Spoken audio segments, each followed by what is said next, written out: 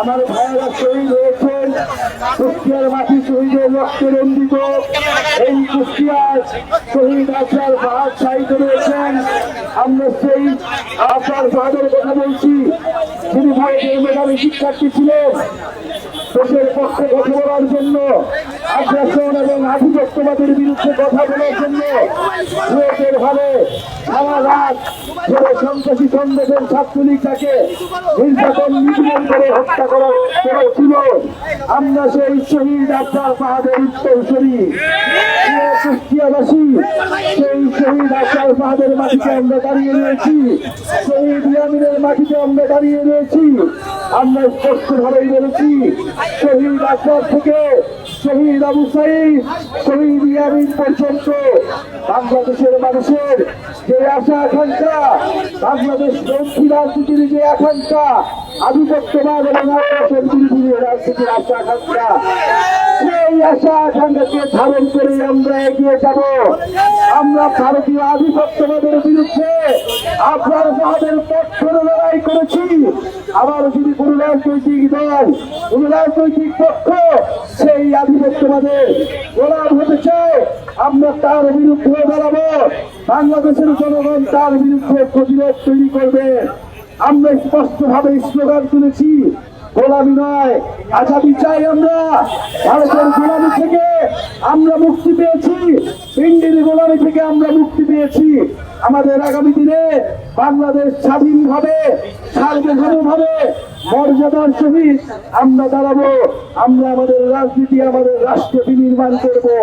কুষ্টিয়ার আফসার ফাহাদ, কুষ্টিয়ার শহীদ ইয়ামিন আমাদেরকে সেই শিক্ষা দিয়েছে।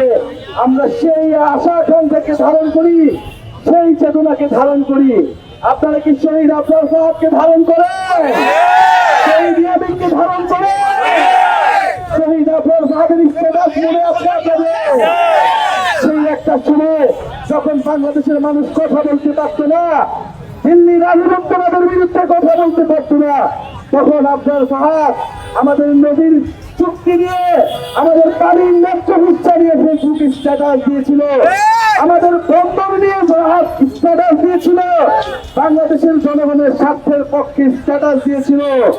সেই আফসার ফাহাদ সেই সময় যখন ভারতের আধিপত্যবাদের বিরুদ্ধে, ফ্যাসিবাদের বিরুদ্ধে, শেখ হাসিনার বিরুদ্ধে কথা বলতে পারত না, তখন ইসলাম ধর্ম এবং বাংলাদেশের পক্ষে কথা বলা মাত্রই তাকে হত্যাযজ্ঞ করা হতো, তাকে নির্যাতন করা হতো।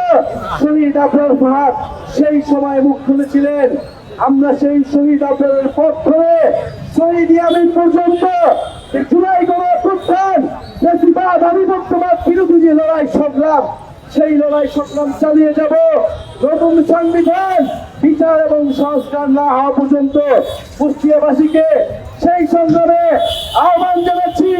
এবং শহীদ আফসার ফাহাদ, শহীদ ইয়ামিন তাদের আশা আকাঙ্ক্ষাকে ধারণ করে কুষ্টিয়ার মানুষকে সাথে নিয়ে আমরা কুষ্টিয়াবাসীর জন্য, সারা দেশের মানুষের জন্য একটি বৈষম্যহীন গণতান্ত্রিক বাংলাদেশ উপহার দিব। এই প্রত্যাশা ব্যক্ত করে আমরা আজকে আপনাদের কাছ থেকে বিদায় নিচ্ছি। আপনারা আমাদের জন্য দোয়া রাখবেন, সালাম রাখবেন। আপনাদের এলাকার সন্তান উত্তপ্তা বছর গণঅভ্যুত্থানের সময় বিবি কর্তৃক নির্যাতিত হয়েছিল, গ্রেফতার হয়েছিল।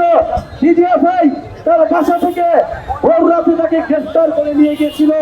6 দিন এই ডিবি অফিসে এই নুসরাত আটকা ছিল। বাংলাদেশের মানুষের পক্ষে, ফ্যাসিবাদের বিরুদ্ধে, স্বাধীনতার পক্ষে লড়াই করেছিল। আপনাদের আরেকটি সন্তান আমাদের নয়ন ভাই, তিনি অক্লান্ত পরিশ্রম করে এই কুষ্টিয়া এলাকার মানুষের উন্নয়নের জন্য, অধিকারের জন্য কাজ করে যাচ্ছেন। আমাদের এখানে আরো শ্রমিক ইউনিয়নের, যুব শক্তির, এনসিপির কুষ্টিয়ার বিভিন্ন পর্যায়ের নেতাকর্মী রয়েছেন যারা আজকের কর্মসূচি সফল করেছেন। তাদেরকে আমরা আন্তরিকভাবে ধন্যবাদ জানাচ্ছি।